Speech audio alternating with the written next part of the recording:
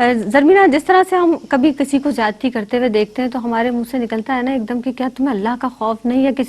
کسی سے بھی ہم اکثر یہ بات کرتے ہیں کہ ایسی زیادتی ایسا ظلم نہ کریں، تمہیں اللہ کا خوف نہیں؟ اللہ سے خوف الہی کی بات ہو رہی ہے، کیسے ڈریں؟ خوف الہی کیسے پیدا ہو اپنے اندر؟ فرمائیے گا. جی زینب، بہت اچھا سوال کیا آپ نے. دیکھیے، سب سے پہلے تو خوف الہی، جیسے ارم میم نے کہا کہ یہ ایک نعمت خداوندی ہے، اور بڑی اچھی خوبصورتی سے وضاحت کی کہ اللہ پاک کی نعمت، اللہ پاک جس کو چاہے عطا فرمائے. پھر بینگ اے مسلم ہمیں یہ کوشش کرنی ہے ہر لحظہ زندگی میں کہ ہم اپنی زندگی کے کتنے ادوار گزار چکے ہیں، اور اس ٹائم میں کیا کبھی ہمارے اندر خشیت الہی کا، اللہ تعالیٰ کے خوف کا جذبہ کبھی پیدا ہوا؟ کیونکہ یہ پروگرام یہاں پہ ترتیب دیا گیا بڑی وضاحت کے ساتھ، ہر چیز، اور اللہ تعالیٰ اور رسول اللہ صلی اللہ علیہ وسلم کی تعلیمات ہمارے سامنے، سب کے سامنے پیش کی گئی. اب ہمیں انالیسس کرنا ہے، اپنا خود احتسابی کرنی ہے کہ ہم سب کے اندر خوف الہی کا وہ جذبہ واقعی معجزن ہے. کیا کبھی ہماری کوئی رات اس طرح سے گزری ہے پریشانی میں کہ پتہ نہیں ہمارا رب ہم سے راضی ہے یا ناراض ہے؟ کہیں ناراض تو نہیں ہے؟ ہم اللہ تعالیٰ کو کیسے منائیں؟ کیا ہمارا بدن جو ہے وہ کبھی لرزا ہے؟ اللہ تعالیٰ کے خوف سے کانپا ہے؟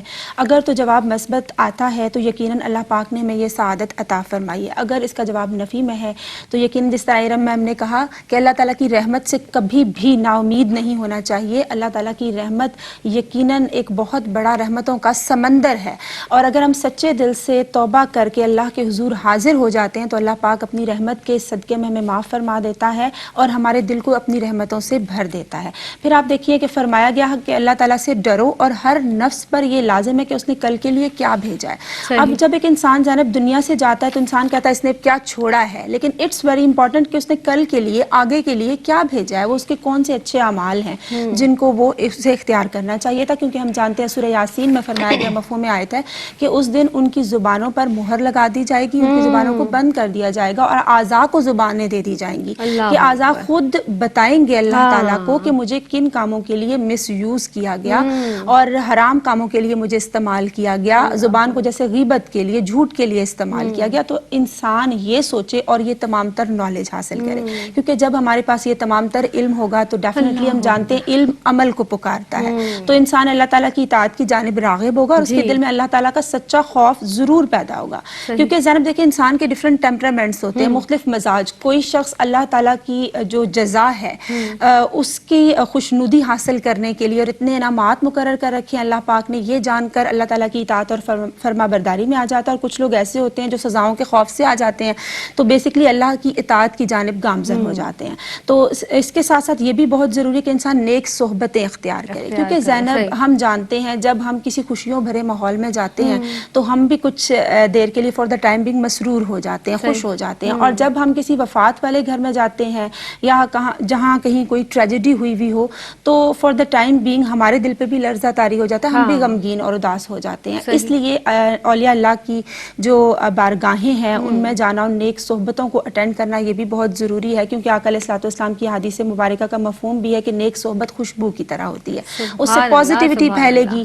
ہم سیکھیں گے، کیونکہ اولیاء اللہ میں بیسکلی سکھاتے ہیں کہ خوف خدا اختیار کیسے کرنا چاہیے. اس کا ہمیں سبق دیا جاتا ہے. اللہ تعالیٰ کی اطاعت کی جانب اور اس کی فرما برداری کی جانب ہم نے گامزن کیسے ہونا ہے. پھر انسان سوچے کہ میں کتنا کمزور ہوں، میں اللہ تعالیٰ کا محتاج ہوں. وہ اللہ تعالیٰ سے ڈرے اور اللہ تعالیٰ کی رضا کے لیے ہر دم کوشاں رہے. پھر اپنے اسلاف کا طرز عمل، دیٹ از ویری امپورٹنٹ، کہ صحابہ کرام کا کیا طرز عمل ہوتا تھا، وہ کس طرح سے اللہ تعالیٰ کا خوف اختیار کیا کرتے تھے. پھر آقا علیہ الصلوۃ والسلام کی سیرت مبارکہ کے انمول موتی ہمارے لیے بہترین گائیڈ لائن ہے.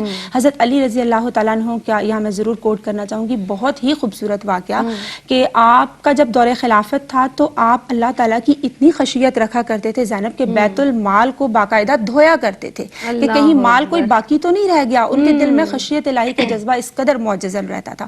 پھر حضرت عمر بن خطاب رضی اللہ تعالیٰ عنہ کا خشیت الہی، وہ اللہ تعالیٰ سے کتنا ڈرتے تھے کہ وہ کہتے تھے کہ مجھے امید ہے کہ جب فرمایا جائے جنت میں ایک شخص جائے گا تو میں کہوں گا میں ہی ہوں. اور مجھے یہ خوف بھی ہے کہ جہنم میں اگر یہ اناؤنسمنٹ کی جائے کہ ایک شخص جائے گا تو میں یہ سمجھوں گا کہ وہ بھی میں ہی ہوں. پھر حضرت یحییٰ علیہ السلام کس طرح اللہ تعالیٰ کے خوف سے روتے تھے، حضرت زکریا علیہ السلام کس طرح سے روتے تھے، حضرت ابو بکر صدیق رضی اللہ تعالیٰ عنہ. اور وہ پیارا سا شعر، اس کے ساتھ ہی میں اپنی بات کو کمپائل کروں گی کہ درس یہ کربلا کا ہے کہ خوف بس خدا کا ہے، تو ہمیشہ صرف اللہ رب العزت کی ذات سے ڈرتے رہنا چاہیے۔ سبحان اللہ، سبحان اللہ۔ گفتگو خوف الہی کے تعلق سے کی جا رہی تھی آج کے پروگرام میں۔ امید ہے کہ آج کے اس پروگرام سے یقیناً ہم نے کچھ سیکھا ہوگا، اور جس طرح سے مہمان شخصیات، معزز مذہبی اسکالر ہمارے اس پروگرام میں موجود ہیں، بہت سحر حاصل گفتگو آج کی اس بزم میں ہوئی۔ وقت جیسے ختم ہو جاتا ہے بالکل پتہ نہیں چلتا۔ آپ دونوں مہمان شخصیات کی آمد کا بہت بہت شکریہ۔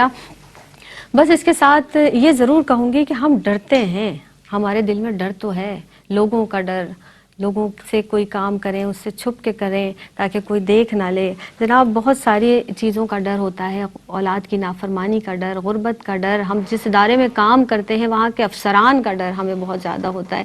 اللہ رب العزت ہمیں اللہ کا ڈر اپنے دل میں پیدا فرمائے، اللہ پروردگار ہمیں اللہ سے ڈرنے کی توفیق عطا فرمائے تاکہ ہم ہر عمل اس کی پسندیدگی کی طرح کریں کہ اس کو جو پسند ہے وہ رب ہم سے راضی ہو جائے۔ بس اسی کے ساتھ اپنی میزبان سیدہ زینب کو دیجیے گا اجازت، فی امان اللہ۔